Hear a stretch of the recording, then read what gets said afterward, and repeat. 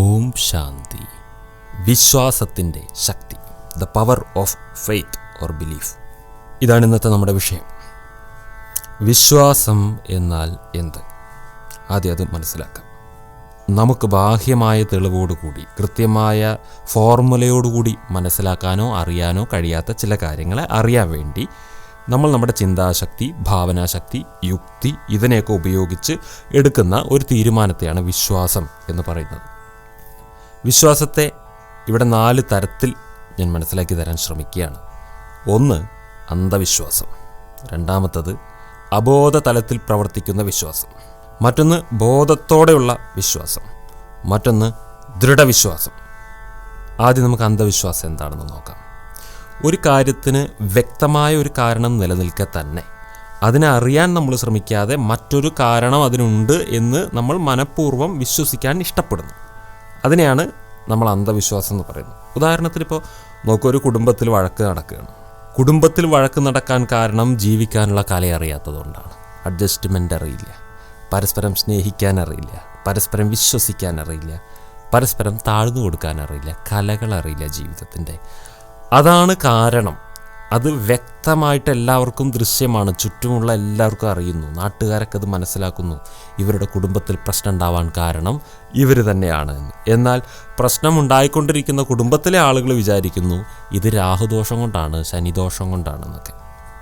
വ്യക്തമായ കാരണം തൻ്റെ മുന്നിൽ തന്നെ ഉണ്ട്. പക്ഷേ തൻ്റെ കൺട്രോളിലൊന്നും ഇല്ലാത്ത ഏതോ ഒരു ഭാഗത്തുനിന്ന് എന്തോ വിഘ്നങ്ങൾ വരുന്നതുകൊണ്ടാണ് ഇങ്ങനെ പ്രശ്നം ഉണ്ടാവുന്നത് എന്ന് വിശ്വസിക്കുന്നു. മുന്നിൽ കാരണം ഇരിക്കെ തന്നെ മറ്റൊന്നിൽ വിശ്വസിക്കുന്നു. അതുപോലെ തന്നെ മറ്റൊരു ഉദാഹരണം എടുക്കുകയാണെങ്കിൽ, എനിക്ക് പരീക്ഷയിൽ ജയിക്കണം, അതിനു വേണ്ടിയിട്ട് എന്താ ചെയ്യാമെന്ന് ഞാൻ അന്വേഷിച്ചുകൊണ്ടിരിക്കുമ്പോഴാണ് ഒരു മാസികയിൽ ഒരു മന്ത്ര അത്ഭുത സിദ്ധി മോതിരത്തെക്കുറിച്ച് അല്ലെങ്കിൽ ഒരു രുദ്രാക്ഷത്തെക്കുറിച്ച് കേൾക്കുന്നത്. ഇതണിഞ്ഞാൽ പരീക്ഷയിൽ വിജയിക്കാം എന്ന് പറയുന്നു. പരീക്ഷയിൽ വിജയിക്കാൻ എന്താ വേണ്ടതെന്ന് എല്ലാവർക്കും അറിയാം, നന്നായി പഠിക്കുക എന്നുള്ളതാണ്. അതല്ലാതെ അതിന് മറ്റെന്തോ മാർഗങ്ങളുണ്ട് എന്ന് വിശ്വസിക്കുന്നു. പണമുണ്ടാക്കാൻ വേണ്ടിയിട്ട് ധനാകർഷണ ഭൈരവയന്ത്രം എന്നൊക്കെ പറഞ്ഞ് ചിലത് വാങ്ങിവെക്കുന്നു. പണം ഉണ്ടാക്കണമെങ്കിൽ അധ്വാനിക്കണം, അല്ലെങ്കിൽ ബുദ്ധി വേണം. ഒന്നുകിൽ ബുദ്ധി കൊണ്ട് അധ്വാനിക്കണം, അല്ലെങ്കിൽ ശരീരം കൊണ്ട് അധ്വാനിക്കണം. ഇതാണ് പൈസ ഉണ്ടാക്കാനുള്ള കല. പിന്നെ ഉണ്ടാക്കുന്നതിന് ചെലവിടാനും കൂടെ അറിയണം. ഈ കലകൾ അറിയാത്തത് കാരണത്താൽ ഈ അന്ധവിശ്വാസങ്ങളുടെ പിറകിൽ പോകുന്നു. ഒരിക്കൽ തെരുവിലൊരു ആൾ മോതിരം വിറ്റുകൊണ്ടിരിക്കുകയായിരുന്നു. അത്ഭുതം മാന്ത്രിക സിദ്ധി മോതിരം. ഇത് അണിയുന്നതിനോടുകൂടി നിങ്ങൾ കോടീശ്വരനാവും. ഈ മോതിരം കയ്യിൽ വയ്ക്കുന്നവർ അവർക്ക് പ്രശസ്തി ഉണ്ടാവും, അവർ പണം സമ്പാദിക്കും, അവർക്ക് എല്ലാ ദുഃഖങ്ങളും ദുരിതങ്ങളും മാറും എന്നൊക്കെ പറഞ്ഞ ഒരാൾ സ്പീക്കർ വെച്ചിട്ട് അവിടെ അനൗൺസ്മെൻ്റ് എല്ലാം ചെയ്ത് വിറ്റുകൊണ്ടിരിക്കുകയാണ്. അപ്പോൾ യാദൃശികമായിട്ട് അവിടെ കടന്നു വന്ന ഒരാൾ ചോദിച്ചു, സഹോദര, നിങ്ങളുടെ കയ്യിൽ ഇത്രയും മോതിരം ഉണ്ടല്ലോ, എന്തിനാ ഈ തെരുവിൽ വിറ്റുകൊണ്ട് ഇതൊക്കെ നടന്നിട്ട് ഇങ്ങനെ ബുദ്ധിമുട്ടി ജീവിക്കണ്? അതൊന്നൊരു മോതിരം എടുത്ത് സ്വയം അണിഞ്ഞൂടെ, എന്നിട്ട് പണക്കാരനായിക്കൂടെ എന്ന്. അത് അദ്ദേഹം ചെയ്യുന്നില്ല. അദ്ദേഹം അത് വിറ്റുകൊണ്ട് നടക്കുകയാണ്. 100 കണക്കിന് മോതിരങ്ങൾ കയ്യിലുണ്ടായിട്ടും തെരുവിലാണ് ജീവിതം. അതൊരെണ്ണം വാങ്ങി അണിഞ്ഞാൽ ഇവിടെ കോടീശ്വരനാവുന്നതാണ് അവിടെ അനൗൺസ്മെൻറ്റ് ചെയ്തുകൊണ്ടിരിക്കുന്നത്. അപ്പോൾ ഇതിനെയൊക്കെ നമുക്ക് എന്ത് വിളിക്കാം? പൊതുവേ അന്ധവിശ്വാസങ്ങൾ എന്ന് തന്നെ വിളിക്കാം. ഇനി മറ്റൊരു തരത്തിലുള്ള വിശ്വാസമാണ് അബോധ തലത്തിൽ പ്രവർത്തിക്കുന്ന വിശ്വാസം. നമ്മൾ ബോധപൂർവം വിശ്വസിക്കുന്നൊന്നുമില്ല, പക്ഷേ നമ്മൾ ജനിച്ച് വളർന്ന് നമ്മൾ നേടിയെടുത്ത നമ്മുടെ ചിന്താധാരകളും വിശ്വാസങ്ങളും അറിവുകളും എല്ലാം വെച്ചുകൊണ്ട് നമ്മൾ മനഃപൂർവ്വം ചിന്തിക്കാതെ തന്നെ ചിലതിനെ വിശ്വസിക്കുന്നുണ്ട്. ഇപ്പോൾ ഒരു ഉദാഹരണത്തിന്, ഒരു വിമാനത്തിൽ നമ്മൾ യാത്ര ചെയ്യാം. വിമാനത്തിൽ യാത്ര ചെയ്യുന്ന ഞാൻ ആ വിമാനം ഓടിക്കുന്ന പൈലറ്റ് ഏതാണെന്ന് കണ്ടിട്ടില്ല. അദ്ദേഹം ഇക്കാര്യത്തിൽ സമർത്ഥനാണെന്ന് എനിക്കറിയില്ല. അദ്ദേഹം എന്നെ കൃത്യമായിട്ട് ദുബായിൽ കൊണ്ടുചെന്ന് ഇറക്കും എന്നുള്ള വിശ്വാസത്തിലാണ് ഞാനിവിടെ ഇന്ത്യയിൽ നിന്ന് കയറുന്നത്. എന്നാൽ ഞാൻ മനഃപൂർവ്വം പ്ലെയിനിനുള്ളിൽ കയറിയിരുന്ന് പൈലറ്റിനെ കുറിച്ചൊന്ന് ആലോചിക്കുകയോ അദ്ദേഹം എന്നെ സുരക്ഷിതമായി കൊണ്ട് ഇറക്കുമെന്ന് വിശ്വസിക്കുകയോ ഒന്നും ചെയ്യുന്നില്ല. പക്ഷേ ഉള്ളിൻ്റെ ഉള്ളിൽ ആ ഒരു വിശ്വാസമുണ്ട്. ആ വിശ്വാസം ഇല്ലെങ്കിൽ നമ്മൾ പ്ലെയിനിൽ കയറാൻ ഭയക്കും. ആ വിശ്വാസം അബോധ തലത്തിൽ നമുക്ക് പ്രവർത്തിക്കുന്നു. നമ്മൾ ഏതൊരു ബസ് കാത്തു നിന്നിട്ട് കൈ കാട്ടിയിട്ട് അതിൽ കയറുന്ന സമയത്തും നമ്മൾ ഡ്രൈവറെ പോയി നോക്കാറില്ല, പോയിട്ട് ചോദിക്കാറില്ല, നിങ്ങൾ എന്നെ സുരക്ഷിതമായി കൊണ്ട് ഇറക്കുമോ, അല്ലെങ്കിൽ നമ്മളതിനൊരു എവിഡൻസ് എഴുതി വാങ്ങാറില്ല. ആ ഡ്രൈവർ, എത്രയോ ഡ്രൈവർമാർ ബസ്സിനെ കൊണ്ടേ ഇടിച്ചിട്ടുണ്ട്, കത്തിച്ചിട്ടുണ്ട്, ചീറിപ്പാഞ്ഞു പോയിട്ട് പലതരത്തിലുള്ള പ്രശ്നങ്ങളുണ്ടായിട്ടുണ്ട്. കൊക്കയിൽ കൊണ്ടേ ചാടിച്ചിട്ടുണ്ട്. പല ഡ്രൈവർമാരും മത്സരിച്ചോടിച്ചിട്ട് വാഹനം ഇടിച്ച് നശിച്ചു പോയിട്ടുണ്ട്. എത്രയോ പേരുടെ ജീവൻ അപകടത്തിലായിട്ടുണ്ട്. അത് ഡ്രൈവറുടെ കാര്യം പൂർണ്ണമായി വിശ്വസിക്കാൻ കൊള്ളില്ല നമുക്കറിയാം. എന്നാലും നമ്മൾ പോകുന്ന ആ ബസ്സിൻ്റെ ഡ്രൈവറെ അബോധ തലത്തിൽ നമ്മൾ അങ്ങോട്ട് വിശ്വസിക്കുകയാണ്, അല്ലെങ്കിൽ നമ്മൾ ആ ബസ്സിൽ യാത്ര ചെയ്യില്ല. ഒരു പാലത്തിലൂടെ നമ്മൾ വാഹനം ഓടിച്ച് പോവുകയാണെന്നുണ്ടെങ്കിൽ ആ പാലം കെട്ടിയ എഞ്ചിനീയറെ കുറിച്ചൊന്നും നമുക്കറിയില്ല. അബോധ തലത്തിൽ പക്ഷെ ആ പാലം പൊളിയില്ല എന്നൊരു വിശ്വാസം ഇവിടെ കിടക്കുന്നുണ്ട് നമ്മുടെ. ആ പാലത്തിൽ കള്ളത്തരം കാണിച്ചിട്ടുണ്ടോ, അത് ഏതെങ്കിലും വെയിറ്റുള്ള വാഹനം കൊണ്ടുപോകുമ്പോൾ പൊട്ടിച്ചാടാൻ സാധ്യത ഉണ്ടോ എന്നൊക്കെ ഭയപ്പെടുകയാണെന്നുണ്ടെങ്കിൽ, വിശ്വാസം ഇല്ല എന്നുണ്ടെങ്കിൽ നമ്മൾ ഒരു പാലത്തിലൂടെയും പോകുകയില്ല. ഇനിയുണ്ട് അബോധ തലത്തിലുള്ള വിശ്വാസം. ഒരു കുട്ടി ജനിച്ചു, പെൺകുട്ടിയാണ്, 18 വയസ്സിൽ വിവാഹം കഴിച്ചു കൊടുക്കണം. അച്ഛൻ 1 വയസ്സാകുമ്പോൾ തന്നെ കുട്ടിയുടെ പേരിൽ എന്തെങ്കിലും തരത്തിൽ സമ്പാദ്യത്തിൻ്റെ പദ്ധതികളിൽ ചേരുന്നു. എന്താ, ഈ കുട്ടി 18 വയസ്സ് വരെ വിവാഹം കഴിച്ചു കൊടുക്കുന്ന പ്രായം വരെയൊക്കെ ജീവിച്ചിരിക്കും എന്ന അബോധ തലത്തിലുള്ള ഒരു വിശ്വാസം. ഒരു ഉറപ്പില്ല കേട്ടോ. 18 വയസ്സ് വരെ ജീവിച്ചിരിക്കുന്ന പ്രസവം എടുത്തു തന്ന ആശുപത്രിക്കാരോ അല്ലെങ്കിൽ തൻ്റെ ഭാര്യയോ താനോ കുട്ടിയോ ഈശ്വരനോ ആരും ഗ്യാരണ്ടിയൊന്നും കൊടുത്തിട്ടില്ല. പക്ഷേ പൊതുവെ കൂടുതൽ ആളുകളും 18 വയസ്സിൻ്റെ അപ്പുറത്തേക്കൊക്കെ ജീവിക്കുന്നവരാണല്ലോ, അതുകൊണ്ട് എൻ്റെ മകളും ജീവിക്കും എന്നുള്ള ഒരു വിശ്വാസം. എന്നാൽ ഇത് ബോധതലത്തിലല്ല. ഒരാളും തൻ്റെ കുട്ടിയെക്കുറിച്ച് അങ്ങനെ വിചാരിക്കാറൊന്നുമില്ല. പക്ഷെ എന്നാലും അബോധ തലത്തിൽ വിശ്വസിക്കുന്നു. തൻ്റെ വീട്ടിൽ താൻ കൊടുന്നു വയ്ക്കുന്ന ഗ്യാസ് കുറ്റി അത് പൊട്ടിത്തെറിക്കില്ല എന്നോ പൊട്ടിത്തെറിക്കും എന്നോ നമ്മൾ ചിന്തിക്കുന്നില്ല. എന്നാലും അബോധ തലത്തിൽ അതൊരു ഡേഞ്ചർ സാധനമാണെന്ന് നമുക്ക് അറിയാം. എന്നിട്ടും നമ്മൾ കൊടുന്നു വയ്ക്കുന്നത് എന്തുകൊണ്ടാണ്? അബോധ തലത്തിൽ എൻ്റെ വീട്ടിൽ പൊട്ടിത്തെറിക്കില്ല. എന്നും ഉറങ്ങുന്ന മനുഷ്യർ നാളെ രാവിലേക്ക് ഒരുപാട് പ്ലാനായിട്ടാണ് ഉറങ്ങുന്നത്. നാളെ രാവിലെ ഉണരും എന്ന അബോധതല വിശ്വാസം കൊണ്ട്. പിന്നെ നമ്മൾ വിവാഹം കഴിക്കുന്നു, ഭാര്യയുണ്ട്, കുട്ടികളുണ്ട്, അല്ലെങ്കിൽ ഭർത്താവുണ്ട്, മക്കളുണ്ട്. വയസ്സാവുമ്പോൾ എന്നെ നോക്കാൻ അവരുണ്ട്. ഇതൊക്കെ ഒരു വിശ്വാസമാണ്. ഇതെല്ലാം ഓരോ തരം വിശ്വാസങ്ങളാണ്. എന്നെ നോക്കുമോ ഇല്ലയോ എന്നുള്ള സംശയമൊക്കെ ചിലർക്ക് കുറച്ച് പ്രായമായി തുടങ്ങുമ്പോൾ ഉണ്ടാവും. എന്നാലും എല്ലാവരും വിവാഹം കഴിക്കുന്നത് ഒരു പ്രൊട്ടക്ഷൻ, തൻ്റെ ലൈഫിൽ അന്തിമ കാലഘട്ടത്തിലൊക്കെ ആകുമ്പോഴേക്കും ഒരു പ്രൊട്ടക്ഷൻ എല്ലാവരും പ്രതീക്ഷിക്കുന്നുണ്ട്. എന്നാൽ ഒരു കാര്യം ഉറപ്പാണ്, ഒരു ഭാര്യയ്ക്കും ഭർത്താവിനും പരസ്പരം പ്രൊട്ടക്ഷനാണ് അവർ വിശ്വസിക്കുന്നത് എങ്കിൽ കൂടെ അതിൽ തന്നെ പ്രത്യക്ഷത്തിൽ കാണുന്ന ഒരു പ്രശ്നമുണ്ട്. എന്തുകൊണ്ടെന്നാൽ ഒന്നുകിൽ ഭാര്യ ആദ്യം മരിക്കും, അല്ലെങ്കിൽ ഭർത്താവ് ആദ്യം മരിക്കും. അപ്പോൾ ഒരാൾക്കില്ലാതെയായി മാറും. ആദ്യം മരിച്ച ആൾ രക്ഷപ്പെട്ടു, രണ്ടാമത് മരിച്ച ആൾ കൂടെ ആരും ഇല്ലാതെ ജീവിക്കേണ്ടി വരും. ഇങ്ങനെയൊക്കെ ഭയക്കുന്നവരുണ്ട്. അപ്പോൾ എന്തായാലും ഒരു കൈ നോക്കാം എന്ന് പറഞ്ഞിട്ടുള്ള ഒരു ഇടപാടുകളാണ് ജീവിതത്തിലെ പല കാര്യങ്ങളും. ജീവിതത്തിലെ ഒട്ടുമിക്ക കാര്യങ്ങളും ഭാഗ്യപരീക്ഷണങ്ങളാണെന്ന് തന്നെ പറയാം. ഒന്നും നമുക്ക് ഭാവി എന്ന് പറയുന്ന സാധനത്തെ അറിയില്ലല്ലോ, അതുകൊണ്ട് എല്ലാം ഭാഗ്യപരീക്ഷണങ്ങളാണ്. ഇനി ബോധതലത്തിലുള്ള വിശ്വാസങ്ങൾ. അടുത്തത് ബോധതലത്തിലൊരു വിശ്വാസം എങ്ങനെ ഉണ്ടാവുന്നതെന്ന് വെച്ചാൽ, ഇപ്പോൾ നമ്മളൊരു പശുവിനെ കെട്ടിയിട്ടിട്ട് ആ കയറ് ബലം ഉണ്ടോ എന്നൊന്ന് പരിശോധിച്ച് നോക്കാറില്ലേ? പശു ഇത് വലിച്ച് പൊട്ടിക്കുമോ? അപ്പോൾ നമ്മളൊന്ന് വലിച്ച് നോക്കുമ്പോൾ നമ്മുടെ ശക്തിയിൽ അത് പൊട്ടിയില്ല എങ്കിൽ അപ്പോൾ അത് പശു പൊട്ടിക്കില്ല എന്ന് നമ്മൾ ഉറപ്പ് വരുത്തിയ ശേഷം വിശ്വസിക്കുന്നു. എന്നാലും അത് വിശ്വാസമാണ്. കാരണം നമ്മൾ വലിച്ചപ്പോൾ പൊട്ടിയില്ല, പശു വലിച്ചാൽ പൊട്ടിക്കൂടായില്ല. അതുകൊണ്ട് അതിന് വിശ്വാസം എന്നേ പറയാൻ പറ്റുള്ളൂ, കൃത്യമൊന്നുമല്ല. ഒരു ബിസിനസ് തുടങ്ങുന്ന ആൾ എൻ്റെ ബിസിനസ് പൊളിയില്ല, അത് നന്നായിട്ട് മാറും, കാരണം ഞാൻ അതിന് വേണ്ട നടപടികളൊക്കെ ചെയ്തിട്ടുണ്ട് എന്നൊക്കെ പറഞ്ഞിട്ട് നല്ല ഗംഭീരമായിട്ട് ബിസിനസ് തുടങ്ങുന്നവരുണ്ട്, എന്നിട്ടും പൊളിയുന്നവരുണ്ട്. അതുകൊണ്ടാണ് പറയുന്നത് അതും ഒരു വിശ്വാസം തന്നെയാണ്. എന്നാൽ കുറച്ച് കൃത്യമായിട്ട് നടപടികൾ നടത്തിക്കൊണ്ട് ചെയ്യുന്ന വിശ്വാസങ്ങളാണെന്ന് മാത്രം. രാത്രിയിൽ ഒറ്റപ്പെട്ടു ഒരു സ്ത്രീ ഒരു പോലീസിനെ കണ്ടു, സഹായം ചോദിച്ചിട്ട് അടുത്തേക്ക് പോകുന്നു. ആ പോലീസ് എന്നെ രക്ഷിക്കും എന്ന വിശ്വാസമാണ്. നേരെ മറിച്ച് സംഭവിച്ചിട്ടുള്ള സംഭവങ്ങൾ ഇല്ലാഞ്ഞിട്ടല്ല, എന്നാലും അതൊരു വിശ്വാസമാണ്. ഞാൻ വിചാരിക്കുന്ന പോലെ എൻ്റെ മകൻ വളർന്ന് വലുതാവുമ്പോൾ നല്ല ജോലിയുള്ളവനും നല്ല സ്വഭാവശീലനും എനിക്കും നാട്ടിനൊക്കെ ഉപകാരമുള്ളവനുമായി മാറും എന്ന് കരുതിയിട്ടാണ് വളർത്തി വലുതാക്കുന്നത്. ഭാവിയിൽ മുട്ടുമടക്കിയിട്ട് തൻ്റെ വയറിലിടിച്ച് വൃദ്ധസ്ഥാനത്ത് കൊണ്ടാക്കുന്നവനാണ് എൻ്റെ മകൻ എന്ന് ചെറുപ്പത്തിൽ തന്നെ ഒരു അച്ഛനും അമ്മയ്ക്കും വിശ്വാസം ഉണ്ടായാൽ നോക്കുകയില്ല, വിഷമാവും നോക്കുന്ന ഓരോ നിമിഷത്തിലും. ഇനി ദൃഢവിശ്വാസങ്ങൾ എടുക്കാം. അതായത് ഒന്നുകിൽ മുൻ അനുഭവങ്ങളിൽ നിന്ന് വ്യക്തമായിട്ടുള്ള പാഠം പഠിച്ച ശേഷം, അല്ലെങ്കിൽ വ്യക്തമായ പ്ലാന് കയ്യിലുള്ള ശേഷം ചിലതിൻ്റെ മേലെ കൊടുക്കുന്ന വിശ്വാസമാണ് ദൃഢവിശ്വാസം. ഞാൻ പൂർണ്ണമായി എൻ്റെ ഭാവിയുടെ ഉത്തരവാദിത്തം ഏറ്റെടുത്തിട്ട് ചിലത് ചെയ്യുന്നുണ്ട്. എന്നാലും വിശ്വാസം തന്നെയാണ് കേട്ടോ, കാരണം ഭാവിയിൽ ഞാനുണ്ടാവുമോ എന്നുള്ളത് തന്നെ ഉറപ്പില്ല, നാളെ ഞാനുണ്ടാവുമോ എന്നുള്ളത് തന്നെ ഉറപ്പില്ല. അതുകൊണ്ട് എൻ്റെ ഭാവി എന്ന് പറയുന്നത് തന്നെ ഒരു വിശ്വസിക്കാൻ കൊള്ളാത്ത സാധനമാണ്. എന്നാലും ഞാനുണ്ടെങ്കിൽ ഇങ്ങനെയായിരിക്കും എന്ന് പറഞ്ഞിട്ട് ചില വിശ്വാസങ്ങൾ നമുക്കുണ്ട്. അതിനാണ് ദൃഢവിശ്വാസം എന്ന് പറയുന്നത്. ഇപ്പോൾ ഞാൻ നൃത്തം പഠിച്ചുകൊണ്ടിരിക്കുന്നുണ്ട്, ഞാനൊരു പ്രശസ്തനായ നർത്തകനാകും അല്ലെങ്കിൽ നർത്തകിയാകും എന്ന് ഒരാൾ വിശ്വസിക്കുകയാണെങ്കിൽ അദ്ദേഹം അതിനുള്ള പ്രയത്നവും ചെയ്യുന്നുണ്ടെങ്കിൽ വളരെയധികം സാധ്യതയുണ്ട്. അതുപോലെ നല്ലൊരു വേനൽക്കാലം, മഴ പെയ്യില്ല എന്നുള്ള ഉറപ്പോടുകൂടി ഞാൻ പോവുകയാണ് കുടയെടുക്കാതെ, പക്ഷേ മഴ പെയ്തുകൂടായില്ല. എന്നാലും നല്ല വേനൽക്കാലത്ത് ദൃഢമായിട്ടുള്ള വിശ്വാസമാണ് നമുക്ക് മഴ പെയ്യില്ല എന്നുള്ളത്. അതിനെയാണ് ദൃഢവിശ്വാസം എന്ന് പറയുന്നത്. അതുപോലെ സൂക്ഷ്മത്തിൽ ചില ദൃഢവിശ്വാസങ്ങളുണ്ട്. എന്താണ്? എൻ്റെ ചിന്താഗതി ശരിയാണ്, എൻ്റെ ഇഷ്ടാനിഷ്ടങ്ങൾ കൃത്യമാണ്, ഞാൻ പറയുന്ന തീരുമാനം വസ്തുനിഷ്ഠമാണ്. ഇങ്ങനെയൊക്കെ സ്വയം വിശ്വസിക്കുന്നവരുണ്ട്. ഇനി വിശ്വാസത്തിൻ്റെ മറ്റൊരു തലം പറയാം. നമുക്ക് ഈ കാലഘട്ടത്തിൽ വ്യക്തികളോട് വിശ്വാസം കുറയുകയും വസ്തുക്കളോട് വിശ്വാസം കൂടുകയും ചെയ്തിരിക്കുകയാണ്. അതുകൊണ്ടാണ് നമ്മളൊരു 8-10 കണക്കുകൾ ഒരുമിച്ച് കൂട്ടേണ്ടി വരുന്നൊരു സമയത്ത് നമ്മളൊന്ന് സ്വയം കൂട്ടി നോക്കിയ ശേഷം ഒന്ന് കാൽക്കുലേറ്ററിലും കൂടെ കൂട്ടി നോക്കും. അത് രണ്ടും ഒന്നാണെങ്കിലേ നമ്മൾ വിശ്വസിക്കുന്നുള്ളൂ. അഥവാ കാൽക്കുലേറ്ററിൽ വേറെ ആണ് വന്നതെങ്കിൽ നമ്മളെയാണ് അവിശ്വസിക്കുക, എന്നാലും കാൽക്കുലേറ്ററിനെ അവിശ്വസിക്കില്ല. കാരണം അത് സത്യം പറയുന്നു. അതുകൊണ്ട് എൻ്റെ കടയിൽ ഞാൻ പണിക്കാരെയൊക്കെ നിർത്തിയിട്ട് CCTV ക്യാമറയും വെച്ചിരിക്കുന്നു. കാരണം എന്താണ്? CCTV ക്യാമറ കൃത്യമായിട്ട് സത്യം പറയും. അതിന് സ്വന്തമായി ചിന്താശക്തിയില്ല, അതിനെ ഒളിപ്പിച്ചു വെക്കാൻ അറിയില്ല. അതുകൊണ്ട് മനുഷ്യരുടെ മേലെ വിശ്വാസമില്ല, വസ്തുക്കളുടെ മേലെ വിശ്വാസം വന്നിരിക്കുകയാണ്. വസ്തു യാന്ത്രികമായി ചെയ്തോളുമല്ലോ, യന്ത്രങ്ങൾ യാന്ത്രികമായി ചെയ്തോളുമല്ലോ. വ്യക്തികളാകുമ്പോൾ ആലോചിക്കും, പ്ലാനിടും, പറ്റിക്കും. അപ്പോൾ അതുകൊണ്ട് ആലോചനാശീലമുള്ള ഒന്നിൻ്റെ മേലെയും മനുഷ്യനിപ്പോൾ വിശ്വാസമില്ലാതെ ഇരിക്കുന്നു. അതായത് മനുഷ്യനെ തന്നെ വിശ്വാസമില്ല എന്നർത്ഥം. അങ്ങനെ ഒരു കാലഘട്ടത്തിലാണ് നമ്മളിപ്പോൾ എത്തിയിരിക്കുന്നത്. ചിന്തിച്ച് നോക്കൂ. ഇനി അവിശ്വാസങ്ങൾ എന്താണെന്ന് നോക്കാം. ഒന്നുകിൽ മുൻ അനുഭവം മൂലം ചിലതിനെ അവിശ്വസിക്കുന്നു. മുമ്പ് ഒരു ബീഹാറുകാരനെ ഞാൻ ജോലിക്ക് നിർത്തിയപ്പോൾ അയാൾ പണം പറ്റിച്ചു മുങ്ങി, അതുകൊണ്ട് എല്ലാ ബീഹാറുകാരും അങ്ങനെയാണ് എന്ന് പറയുന്ന ചില ആൾക്കാരുണ്ട്. അത് മുൻ അനുഭവങ്ങളിൽ നിന്നുണ്ടായ അവിശ്വാസമാണ്. പിന്നെ പ്രമാണമില്ലാത്തത് കൊണ്ട് വിശ്വസിക്കാത്തവരുണ്ട്. തെളിവില്ലാത്തതുകൊണ്ട് ഞാൻ വിശ്വസിക്കില്ല. എല്ലാ കാര്യങ്ങൾക്കും ഈ ലോകത്ത് തെളിവ് തരാൻ പറ്റില്ല.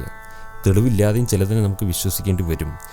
ഐ ലവ് യു എന്ന് ലോകത്ത് എത്രയോ പേര് പറയുന്നുണ്ട്, തെളിവ് ചോദിക്കുന്നില്ല, അതിൻ്റെ മേലെ വിശ്വസിക്കുകയാണ്.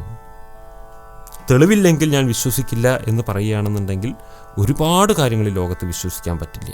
പണത്തിനെ വിശ്വസിക്കാൻ പറ്റില്ല, സ്വർണത്തിനെ വിശ്വസിക്കാൻ പറ്റില്ല. സ്വർണം ഒരു വാല്യബിൾ ആയിട്ടുള്ള ലോഹമാണ് എന്നുള്ളതിന് എന്താ തെളിവ്? എല്ലാവരും കൂടെ അങ്ങോട്ട് വിശ്വസിച്ചിരിക്കുകയാണ്. പണം എന്ന ഈ പേപ്പർ കഷ്ണത്തിന് ഇത്ര വിലയുണ്ട് എന്നുള്ളതിന് എന്താ തെളിവ്? ഒരു രാജ്യം മുഴുവൻ അതിലങ്ങോട്ട് വിശ്വസിച്ചിരിക്കുകയാണ്. അല്ലാതെ അതിൻ്റെ മേലെ എന്താ ഉള്ളത്? യാഥാർത്ഥ്യം. എല്ലാവരും കൂടെ വിശ്വസിക്കുമ്പോൾ അതിനൊരു വില വന്നതാണ്, അല്ലാതെ വില ഉള്ളതുകൊണ്ട് വിശ്വസിച്ചതല്ല, വിശ്വസിച്ച് വിലയുണ്ടാക്കിയതാണ് അതിന്. പിന്നെ അനുഭവമില്ലായ്മ. വിശ്വാസത്തിൻ്റെ കുറവിൻ്റെ മറ്റൊരു കാരണമാണ് അനുഭവമില്ലായ്മ. പൂർണ്ണ മനസ്സോടെ ഒരു വിഷയത്തെ അനുഭവിക്കാൻ കഴിയാത്തൊരു വ്യക്തിക്ക് അതിൻ്റെ മേലെ വിശ്വാസം ഉണ്ടായിക്കൊള്ളുന്നില്ല. ഉദാഹരണത്തിന് ഇപ്പം നോക്കൂ, നീന്തലിൻ്റെ എല്ലാ വശങ്ങളും ഞാൻ പഠിച്ചിട്ടുണ്ട്, പക്ഷെ എന്നാലും ഒറ്റയ്ക്കൊരു കുളത്തിലിറങ്ങാൻ ധൈര്യമില്ല. കാരണം ഒരിക്കലും ഒറ്റയ്ക്ക് ഇറങ്ങി ഒന്ന് നീന്തി നോക്കിയിട്ടുള്ള അനുഭവം ഇല്ല. അത് പൂർണ്ണ മനസ്സോടെ സമീപിച്ച് അനുഭവിച്ചിട്ടുള്ള വിശ്വാസം ഉണ്ടെങ്കിൽ മാത്രമേ അവിടെ ഇറങ്ങിയിട്ട് നീന്താൻ നമുക്ക് പറ്റുള്ളൂ. ഇനി മറ്റൊന്നാണ്, അതുപോലെ മറ്റു ചില അവിശ്വാസങ്ങൾ കഴിവില്ലായ്മ കൊണ്ടുണ്ട്. ഇപ്പം നമ്മുടെ കണ്ണിന് ഇൻഫ്രാറെഡ് കിരണങ്ങളെ കാണാനുള്ള കഴിവില്ല. അതുകൊണ്ട് മഴവില്ലിൽ നമ്മൾ ഇൻഫ്രാറെഡ് കിരണങ്ങൾ കാണുന്നില്ല. അതുകൊണ്ട് മഴവില്ലിന് 7 നിറങ്ങൾ എന്ന് നമ്മൾ പഠിക്കുന്നു. അതൊരു വിശ്വാസമാണ്. മഴവില്ലിൽ എത്ര നിറമുണ്ട് നമുക്കറിയില്ല. മഴവില്ലിൽ നമ്മൾ കാണുന്നത് 7 നിറങ്ങളാണ്. പ്രകാശത്തിൽ 7 നിറങ്ങളെ നമുക്ക് കാണാൻ കഴിയുന്നുള്ളൂ. ഇൻഫ്രാറെഡിൻ്റെ അപ്പുറത്തും അൾട്രാവയലറ്റിൻ്റെ ഇപ്പുറത്തും കുറേ കളറുകളുണ്ട്. പക്ഷെ നമ്മൾക്ക് കാഴ്ചയില്ല, അത് കാണാനുള്ള കാഴ്ചയില്ല.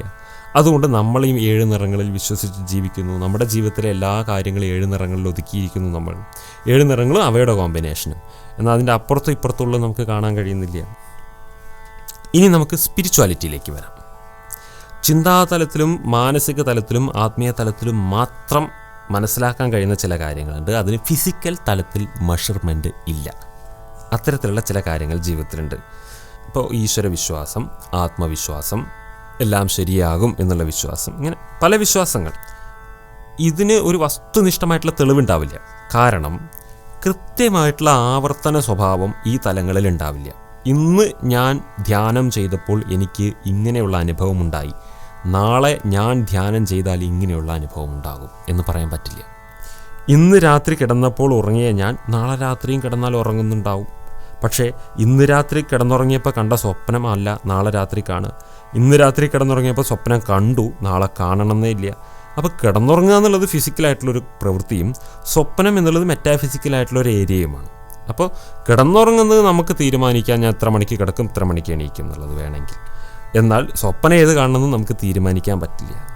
എല്ലാവരും കൂടെ അരമണിക്കൂർ ധ്യാനിക്കാനിരിക്കുകയാണെന്നിരിക്കട്ടെ, ഒരേ സ്ഥലം, ഒരേ തരത്തിലുള്ള ധ്യാനത്തിൻ്റെ കമാൻഡറികൾ ഉപയോഗിച്ചിട്ട് ഒരേ തരത്തിലുള്ള മെഡിറ്റേഷൻ പ്രോസസ്സ് ചെയ്യുകയാണെന്നിരിക്കട്ടെ, എന്നാലും ഇരിക്കുന്ന എല്ലാവരുടെയും അനുഭവതലം വ്യത്യസ്തമായിരിക്കും. എല്ലാവരുടെയും ഉറ്റവർ മരിക്കുന്നുണ്ട്, എന്നാൽ മരണം എന്ന പ്രതിഭാസം എല്ലാവർക്കും തുല്യമാണ്. അതിൻ്റെ പ്രോസസ്സ് മരണം തന്നെ. ആൾ ഇത്രയും കാലം നമ്മുടെ കൂടെ ഉണ്ടായിരുന്ന ആൾ നമ്മുടെ കൂടെ ഇല്ലാതെയാവുന്നു.